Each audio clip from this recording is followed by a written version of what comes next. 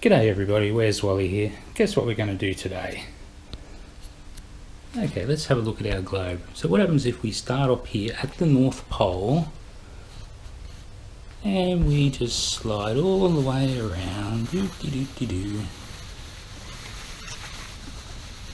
Oh yes, I did have Ned Flanders as my camera guy for that shoot, thanks guys, and I will be revealing what that was all about in an upcoming video. But today I see that that guy is well and truly, well, you know, what's the word for it? Terrified? Tripped up? I know it starts with T. Anyway, it's on the tip of my tongue. I'm sure my subconscious will trigger on it in a minute. So that guy, 3 videos in an hour. Wow. I know I said I was done with him, but look, he is just so easy, and I feel like just taking a few more swipes at him. He is, of course, the king of cowards castle. He won't even look at any of my videos now, and he just needs a few more lessons in intellectual honesty. So 3 videos today and 3 in the 3 days prior. Well, he is well and truly into it, isn't he? What do you call that? Loss prevention? No. Oh, damage control. Yes, damage control. That's what it is. Doesn't start with T though, does it? Oh well. So anyway, that makes it really hard to select which piece of stupid we're going to deal with. Which is the most worthy? Well, was it the one the other day where he claimed that there are different types of magnetism? Yeah, truly he did. Was it the many times that he claimed that no globelings have ever explained any of his proofs? Was it the time that he claimed stellarium isn't a globe model, it just simply reflects reality in a totally precise and perfect way? Maybe it was the time that he claimed he makes no claims. That guy seems to have a very limited understanding of what a model is. Well, scientifically, it can be just a mathematical model. So I'm very happy to note that he realizes stellarium does in fact provide the same views on the screens as you would see yourself in reality. 1 tick for the globe earth model, hey? And that, my dear friend, is modelling, and a model that is working perfectly. And you are obsessed with physical models, but you're pretty poor at doing them, aren't you? So let me show you my pretty poor physical model. Here we go. And the other thing I want to show you is that nice little terminator line there. See, look, right around there like that. So you line up your terminator, yep, look about there, it's looking straight towards the moon, that nice little round clay ball there, straight back there, there's the sun. So what I'm saying is it doesn't matter anywhere along that terminator, whether you're at the North Pole, the equator at the terminator, or at the South Pole, anywhere along there you'll be able to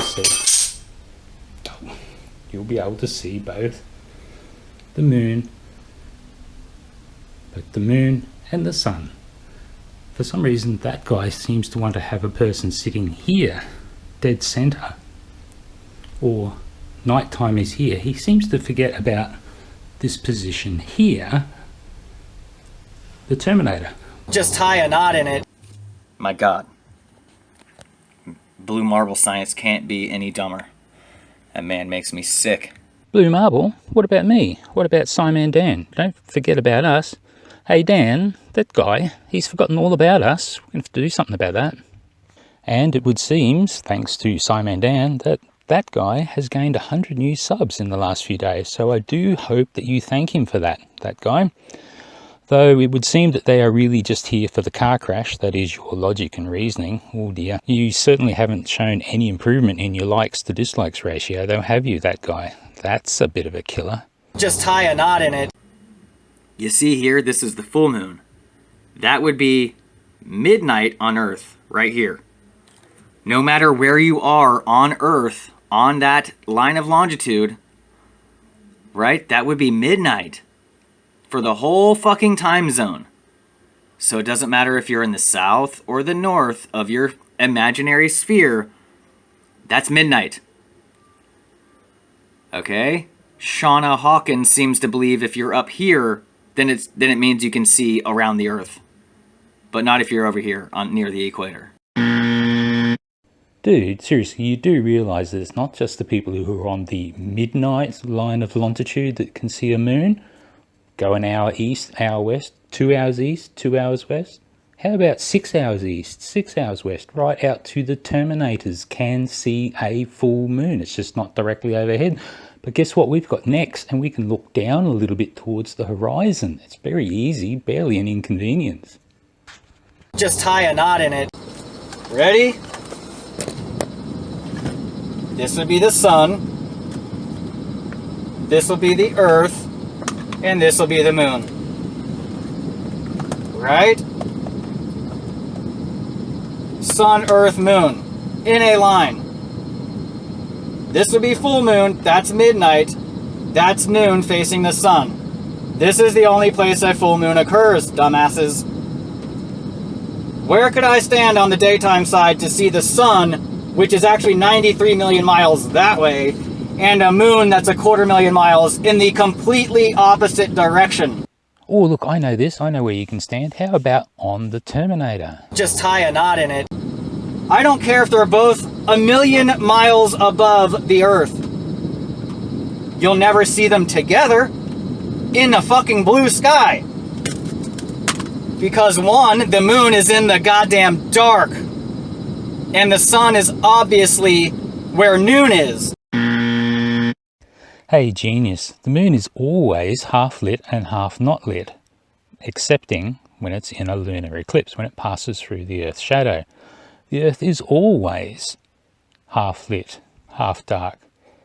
Because a solar eclipse, when the moon passes between the sun and the Earth, doesn't really put much of a shadow on the Earth though, does it? Just tie a knot in it.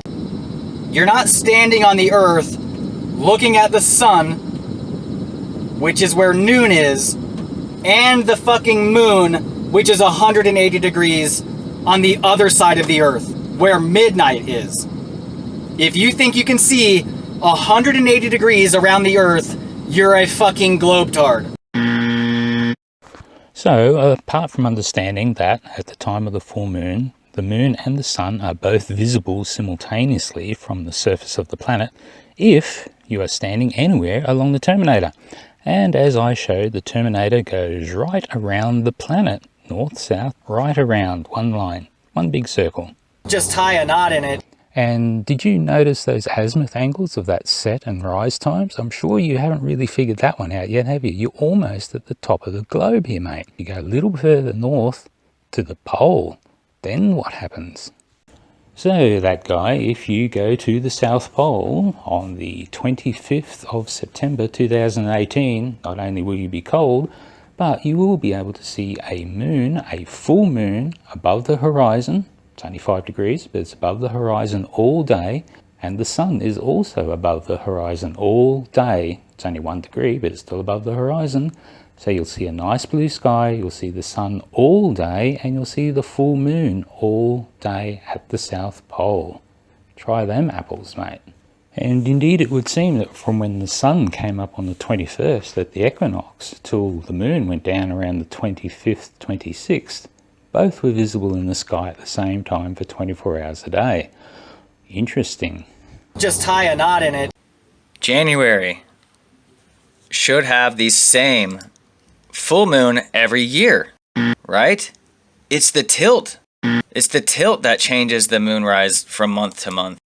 Okay, so January should have the same exact moonrise every year, right? For your location, that is. 2:33 in the afternoon, a full moon. Everybody sees that, right? Moonrise, 2:33. Now, let's just 2007, 1:48 p.m. Whoa, that's not the same. So how does that happen? Same month, same day, or same angle. Oh, it's the day. It's the day. Then how the fuck is it on a different day if it's a repeating cycle from year to year? So after the end of the year, the Earth should reset back to where it was at the beginning of the year. Same plane, same angle, and the moon should be doing the same thing going around Earth. By the end of the year, it should be repeating itself. But here we are. From year to year, it changes. It should be on the same day. It should be the same time, right? That guy, you seriously didn't just say that, did you? No, it doesn't reset at the end of the year and start again. Do you even Google?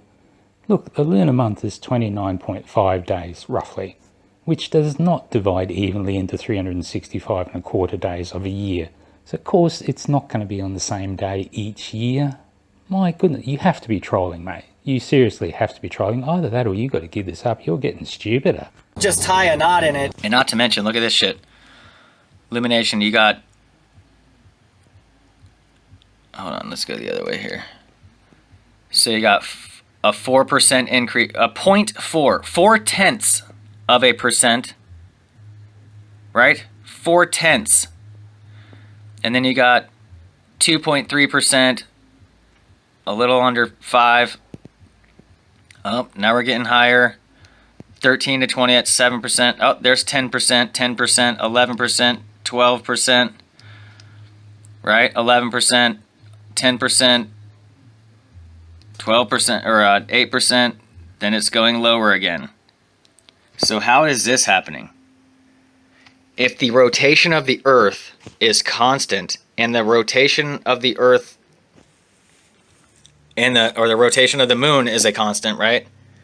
How is it speeding up and slowing down? Okay, that guy, just watch this little diagram. It's not a graph, it's a diagram. Now, notice the little dot in the middle.